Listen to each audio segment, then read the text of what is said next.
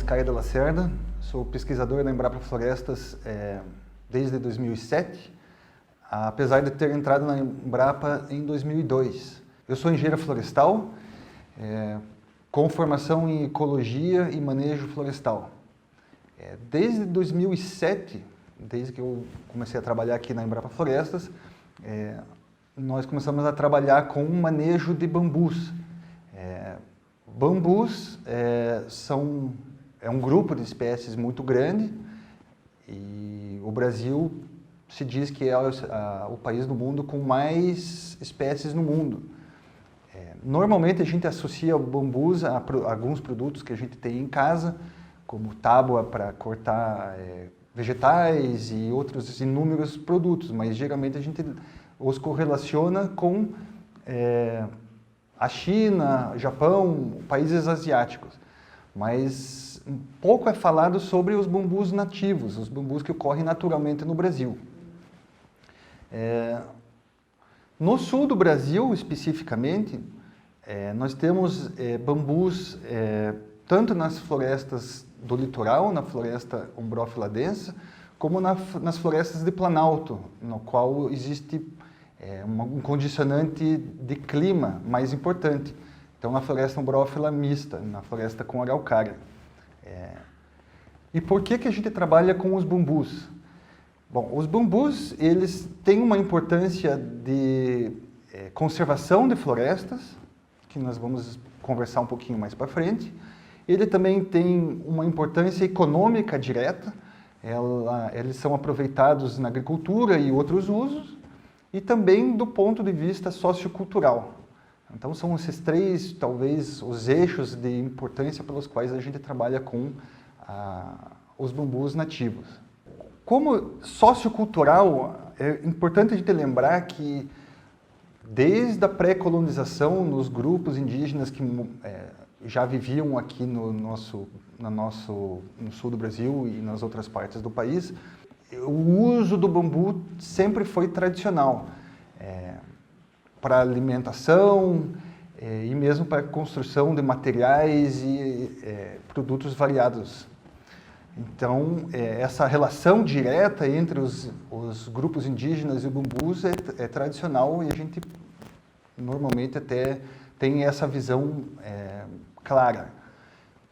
O que a gente talvez não perceba é que os bambus estão ou sempre estiveram na floresta, mas essa relação de uso entre o bambu e os grupos indígenas diretamente afetou a composição da floresta. Então, a partir do momento que os indígenas usavam a floresta, eles também propiciavam essa disseminação dos bambus próximos às suas vilas, ou aos seus agrupamentos de habitação. E esse uso foi sendo passado desde após a colonização e foi absorvido pelos portugueses, espanhóis e chegou até nós hoje em dia. Hoje, grande parte do uso dos bambus e principalmente no sul do Brasil, a gente chama as taquaras. As taquaras são um grupo de espécies que são bem disseminados e utilizados na agricultura, principalmente no tomate e outros produtos que precisam uma estaca para que cresçam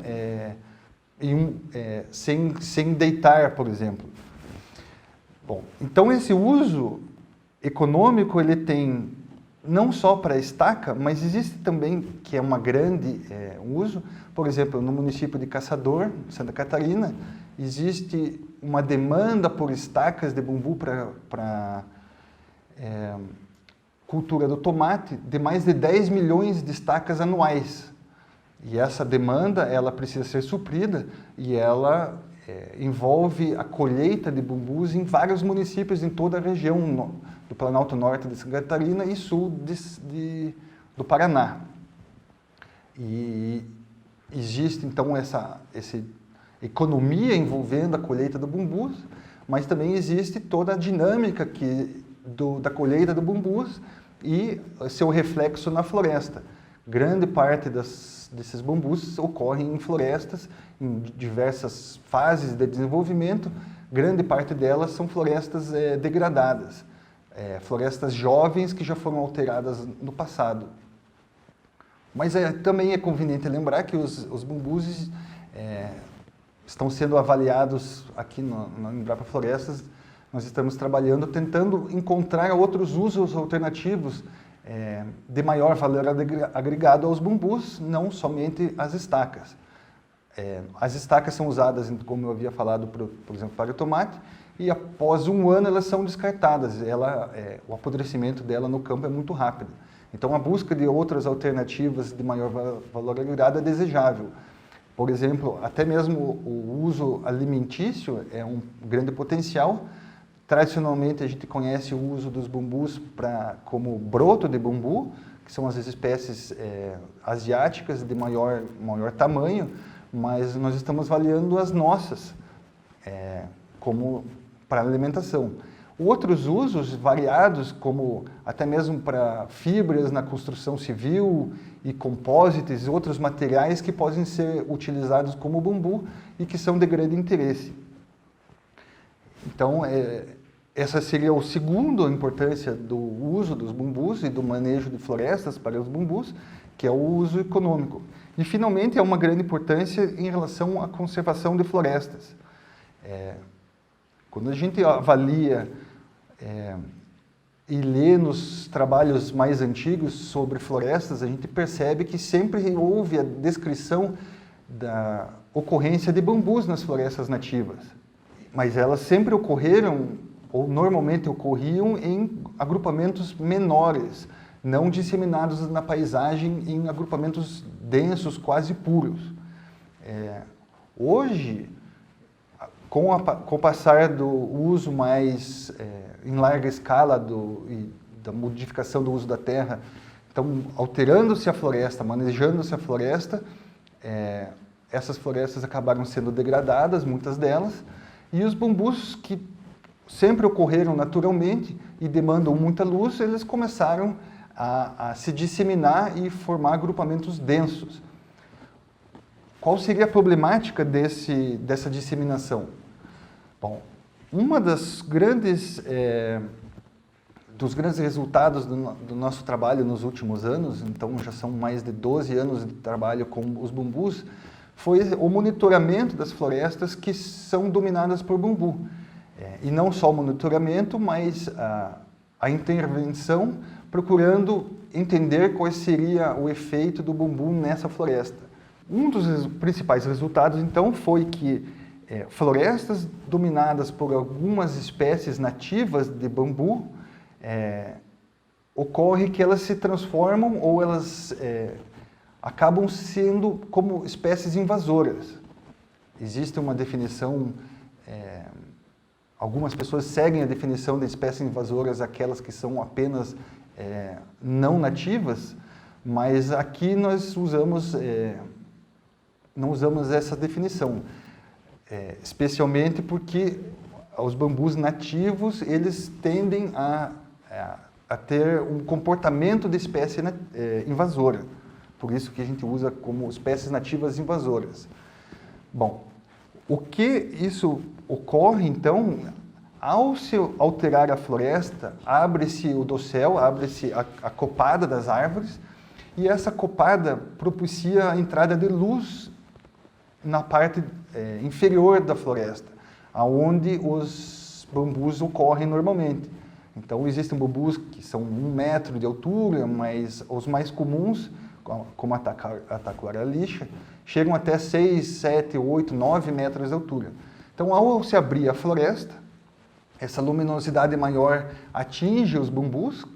Os bambus são da família das gramas, então é um tipo de planta que se desenvolve com muita rapidez e quanto mais luz, mais rápido ela cresce. As florestas abertas, então, propiciam essa entrada de luz que propicia, por sua vez, o desenvolvimento muito rápido dos bambus. Em algumas situações, em florestas no qual há uma grande disponibilidade de luz, os bambus desenvolveram de tal forma que eles formam agrupamentos densos o suficiente para impedir a regeneração da floresta. O que seria essa regeneração? Seria a germinação das espécies nativas das árvores, que começam, a partir das sementes que são depositadas no solo, começam a germinar. E ao crescerem, elas atingem novamente as suas grandes alturas e lá ocupam novamente e formam aquela floresta com alturas maiores. Como os bambus ocorrem de forma muito densa, eles impedem, pela densidade, a formação ou o desenvolvimento dessas plântulas de árvores nativas. Quer dizer, existe um sombreamento tão intenso do solo por essas comunidades de bambus que os indivíduos jovens, essas plântulas de árvores nativas, acabam não conseguindo se desenvolver. Isso no longo tempo, e isso a gente já tem percebido nos nossos experimentos de mais de 12 anos, que a germinação ocorre, mas existe tão pouca luminosidade no chão da floresta que essas plântulas acabam morrendo em menos de um ano. Então, dificilmente a gente percebe que existe a germinação, existe a chegada de sementes no solo, mas as sementes que germinam não conseguem se desenvolver. No longo prazo, o que acontece? As árvores adultas que estão na floresta acabam entrando em senilidade, elas morrem, mas não são repostas por plantas jovens, justamente porque suas plântulas, as sementes que germinam, acabam não conseguindo crescer. Com o tempo, existe uma diminuição do número de árvores, isso quer dizer, um empobrecimento do número de indivíduos, e mais importante, essas florestas começam a ter menos espécies. Então, algumas florestas dominadas por bambus há muito tempo, a gente percebe que elas mantêm muito poucas espécies. E isso a gente percebeu em alguns trabalhos de larga escala, que a gente avaliou, por exemplo, todo o estado de Santa Catarina, que até mesmo 30% das florestas nativas na área da floresta araucária tem a presença dominante de bambus. Essas florestas, portanto, que normalmente estão em reservas legais ou áreas de preservação permanente, que são áreas de dentro da propriedade rural com o objetivo de preservar, de manter, de conservar as espécies nativas, na verdade não estão em sua plenitude cumprindo seus objetivos, que siga preservar as espécies, porque as florestas dominadas por bambus, então, são muito pobres em espécies. Normalmente, essas espécies que ocorrem nessas áreas com bambu são as espécies pioneiras, as espécies de árvore que ocupam justamente as áreas abertas e crescem rápido, mas são poucas espécies. Então, normalmente, a gente encontra o abracatinga, que todo mundo conhece, o vassourão branco, o vassourão preto. Normalmente, nessas florestas, a gente tem a ocorrência de 5 espécies de árvores. Por outro lado, numa floresta mais desenvolvida, no qual não existe a dominância dos bambus, a gente pode ter 50, 60, 70, até 100 espécies de árvores se desenvolvendo. Então, existe uma diferença muito grande para a conservação das florestas entre esses dois grupos, as florestas dominadas por bambus e florestas naturais sem a ocorrência desses bambus. O que é interessante também nessa questão dos bambus é que eles se desenvolvem em ciclos de 30 a 32 anos. Então, o que ocorre, resumidamente, os bambus, ao se desenvolverem, a partir de 30 anos, mais ou menos, eles começam a florescer, depois eles produzem sementes, dispersam essas sementes e todos os colmos, né, as partes aéreas dos bambus, morrem ao mesmo tempo. Então, essas florestas que têm bambus dominantes, nessa fase de mortalidade sincronizada dos bambus, a gente chega lá e vê toda essa população de bambus morta. Nesse momento que justamente essas espécies de árvores pioneiras começam a se desenvolver. Então, a Bracatinga, por exemplo, aproveita essa mortalidade dos bambus e começa a se desenvolver. Em 2 anos, ela já começa a ocupar o estrato superior da floresta, ou formar um estrato superior. Em, digamos, 3 anos, a floresta já ocorre de novo com até 10 metros. As árvores já estão com mais de 10 metros de altura. Então, em 3 anos depois dessa mortalidade, você tem uma nova floresta, a floresta com espécies de árvores pioneiras. Por outro lado, os bambus começam a se desenvolver novamente a partir das sementes. E no segundo ano, a gente já percebe a germinação dos bambus, e a partir do 4º, 5º ano, os bambus já começam a crescer o suficiente para ocupar novamente essa parte inferior da floresta. Em poucos anos, a partir do 5º até o 10º ano, a gente começa a perceber novamente aquela floresta que permanece por vários anos até a nova mortalidade de bambu, que seria o quê? Uma floresta com árvores em cima, pioneiras, e o bambu dominando embaixo, ocupando por vários anos. Então são ciclos de 30 anos no qual a floresta fica um ciclo fechado. Os bambus morrem, permitem o desenvolvimento de árvores. Logo após, os bambus crescem novamente. E até o próximo ciclo de mortalidade de bambus vai ficar nesse desenvolvimento entre bambus e árvores nativas até a nova mortalidade do bambu, no qual essas pioneiras se desenvolvem de novo, os bambus crescem e ocupam novamente a parte inferior. É um ciclo fechado no qual não permite o desenvolvimento de florestas mais diversas. Por isso que é importante o manejo dessas áreas. A intenção é que as áreas de florestas conservem florestas com mais diversidade de espécies. É preciso intervir nessas florestas dominadas por bambu, de forma a permitir que as mais espécies se desenvolvam e essa floresta seja, então, conserve mais espécies. Outro aspecto interessante do manejo de bambus é a interação e o uso e o manejo de florestas com os agricultores familiares do sul do estado do Paraná e norte de Santa Catarina. São aquelas comunidades de agricultores que manejam a floresta para produção de erva mate. Essas áreas ocorrem normalmente ou com frequência em áreas dominadas por bambu.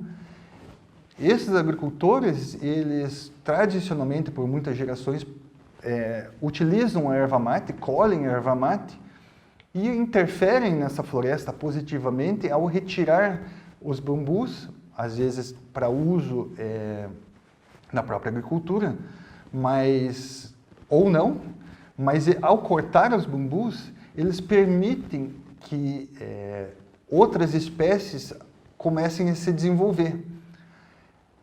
Às vezes com a introdução de novas árvores de bambu, às vezes não.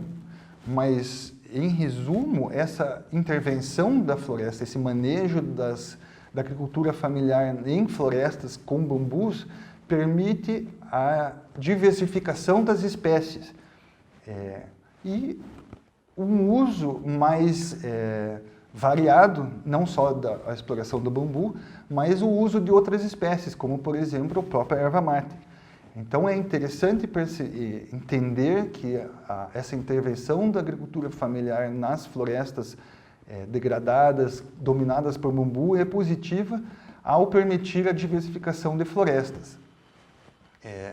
Parte do nosso trabalho, então, não é só focado no entendimento do papel do bambu nas florestas, mas no entendimento e no desenvolvimento de técnicas de manejo da floresta para a diversificação de espécies, mas também para a obtenção de outros produtos variados, como erva mate, como frutíferas nativas, ervas medicinais.